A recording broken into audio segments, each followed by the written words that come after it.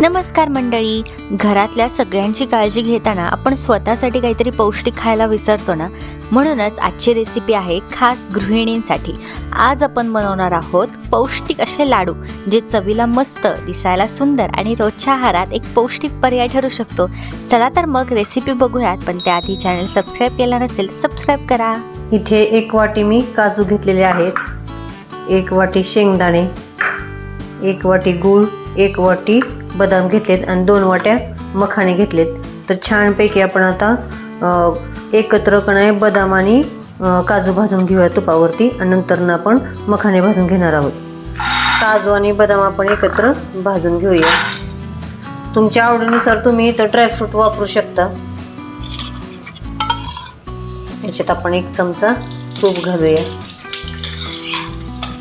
आणि बारीक गॅसवरती छान असे भाजून घेऊया. तुम्ही इथे खारीक खोबरं पण वापरू शकता, मनुके वापरू शकता, अक्रोड, तुमच्या आवडीनुसार तुम्ही ड्रायफ्रूट वापरू शकता. गुळाच्या ऐवजी तुम्ही साखर वापरू शकता. पण साखर वापरली तर तुम्ही 1 वाटी इथे तुम्ही डिंक वापरू शकता. डिंक छान असा तुपावरती तळून घ्यायचा आणि याच्याबरोबर बारीक करायचा. जर तुम्हाला साखर आणि गुळ नसेल वापरायचा तर तुम्ही इथे शुगर फ्री पण लाडू बनवू शकता किंवा खजूर वापरू शकता. छान असे आता लाडू होतात मखाण्याचे. छान असे खरपूस आता काजू आणि बदाम भाजून झालेले आहेत. आता मी काढून घेते. तर याच भांड्यात आपण मखाणे भाजून घेऊया.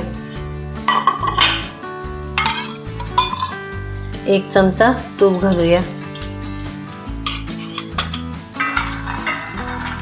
बारीक गॅसवरती मखाणे भाजून घ्यायचे. तर आता मखाणे पण आपले भाजून झालेले आहेत. मी काजू बदाम काढले होते, त्याच आता डिशमध्ये हे मखाणे पण काढून घेते. तर याच कढईमध्ये आपण शेंगदाणे पण भाजून घेऊया. फक्त शेंगदाणे भाजताना आपण तूप घालणार नाही. छान असे खरपूस बारीक गॅसवरती भाजून घेऊया. तर शेंगदाणे पण आता छान असे खरपूस भाजून झालेले आहेत. तर त्याच एकत्रमध्ये मी काढून घेते आणि सगळं साहित्य आपण हे थंड करून घेऊया. तर आता हे सगळं साहित्य थंड झालेलं आहे. आपण आता हे थोडं थोडं करून मिक्सरमध्ये याची चांगली छान अशी पावडर बनवून घेऊया. तर या पद्धतीने मी असं बारीक केले, छान असं तुम्ही बघू शकता. तर आता हे सगळं मिक्सरमधनं काढून घेतलेलं आहे, तुम्ही बघू शकता.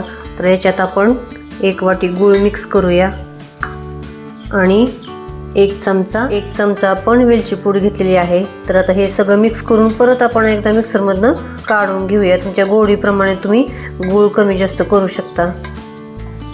आता परत आपण हे मिक्सरमधनं काढून घेऊया. छान असं आपण मिक्सरमधनं काढून घेतलेलं आहे. तर याच पद्धतीने मी बाकीचं सगळं असं मिक्सरमधनं काढून घेते. तर आता आपण सगळं बारीक करून घेतलेलं आहे. तुम्ही करंजी पण बनवू शकता, मस्त लागते. तर आता आपण लाडू करायला घेऊया. तुम्ही खोबरं पण वापरू शकता याच्यात.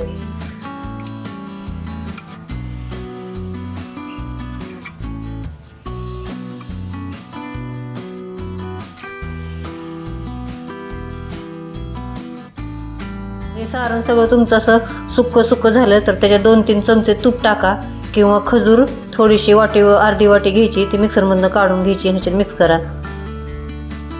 तर मंडळी, रेसिपी आवडली असेल तर कमेंट करून नक्की सांगा आणि ही रेसिपी तुमच्या एखाद्या मैत्रिणीला किंवा बहिणीला नक्की शेअर करा. धन्यवाद.